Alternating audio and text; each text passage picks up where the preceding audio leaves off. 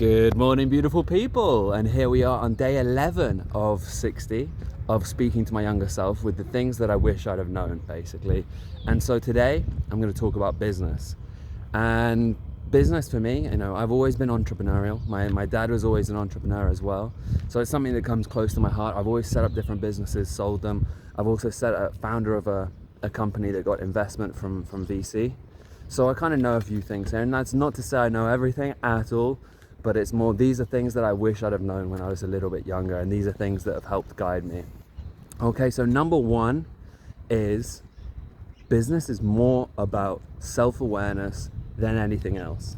Okay, so when we're younger, or when we're looking at, I think, because we go through school and everything is very academic, I think we have this perception that the cleverest person is going to win in business. The cleverest person, the smartest, or whatever it might be. Well, the cleverest is an interesting thing to go into, but realistically, it's the person with the most self-awareness that knows who they are, that knows, they can understand where they fit in with the wider world, and they can understand where they can add value and help people, because ultimately business is just, can you solve a problem?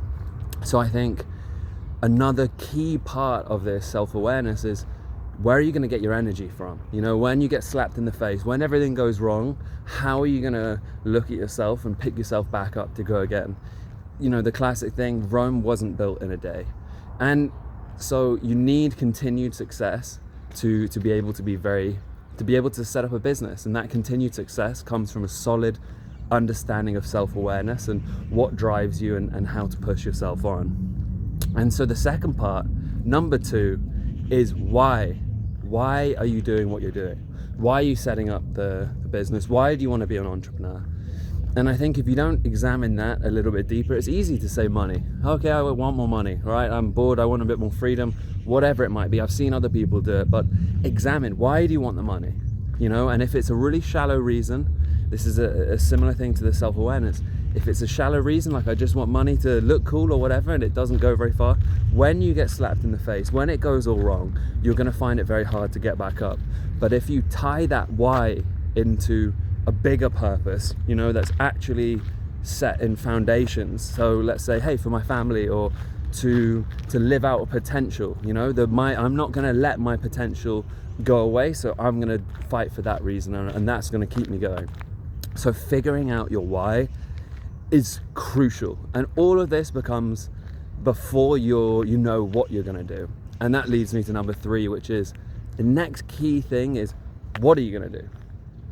Well, it's really hard to know what to do, right?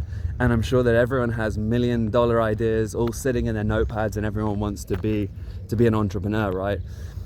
And that's a really key thing, which is, how do you know what to do? And this falls into that self-awareness part of things again. So really the best advice is, what do you care about, and where can you add the most value? Because that's really what it's down to. It's not this simple thing of, I just do what I love because I love doing that. Well, if you're not going to help anyone else, and you're not going to add value doing that, so no one's going to pay you for that. So photography or whatever it might be, that's super valuable today. But if you're not applying it and you're not doing the skills, let's say, in a way that can help other people, you're not going to get clients, and you're not going to get anyone that can pay you. So really focus on what.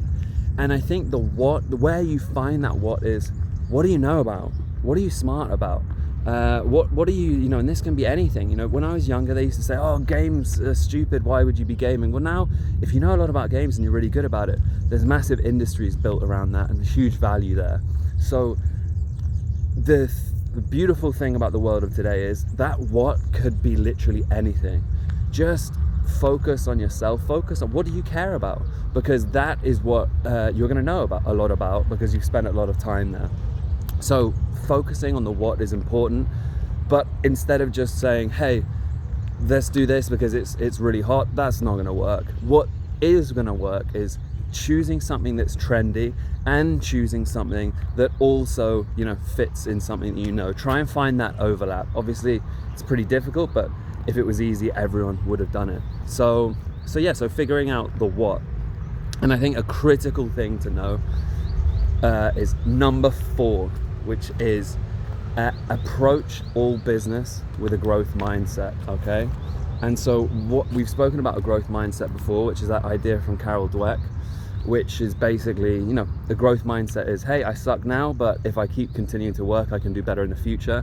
And a fixed mindset is, hey, I suck, I always will suck, and this is why I'm not going to continue it. So adopt a growth mindset. You're going to be terrible at everything, first of all. And so really, you've got to start going forward, and you've got to start moving forward to start getting better at things, you know. So that growth mindset is the thing that's going to allow you to work hard, reframe problems, and learn, you know, get better. That's really the key thing here, is trying to get better. So at the start, you're going to suck. So you just got to get out there, keep going, keep pushing, and adopt a growth mindset so you can learn from your failures and keep pushing forward. Okay? And so number 5 is don't be scared. The growth mindset definitely helps with that, is this understanding that, hey, I'm going to be terrible at this, and that helps, but just don't be scared. You have no idea what's going to happen. And what is scarier than doing something is not doing anything at all and being 100 years old, if you're lucky, or 80 years old, having done nothing and sat at home just messing around and not doing anything. So what's way scarier than doing something and failing is doing nothing at all your whole life and never trying to set up anything, never trying a relationship, never trying a business, never trying. So be scared of being scared, if that makes any sense. So don't let it hold you back. Really don't let it hold you back. So let go of that scaredness, or however you say that, and just move forward. Use the growth mindset to reframe everything you do, and just, okay, I suck at this now, and people might laugh at it or whatever, think anything or whatever it might be. None of that matters, because if I keep doing this, I'm going to be awesome in 6 months' time or less than that. So it really doesn't take a lot to become, you know, comparatively better than everyone else, because you just got to do things with consistency and have a growth mindset and reframe things. So I really hope that's been useful to you today. These are things that, as I said, I wish I'd have known when I was younger. So if any of them resonate with you, or they're interesting to you, or whatever it might be, please leave a like, a comment, subscribe, and give me some feedback. I'd love to hear from you guys. All right, have a fantastic day. Bye.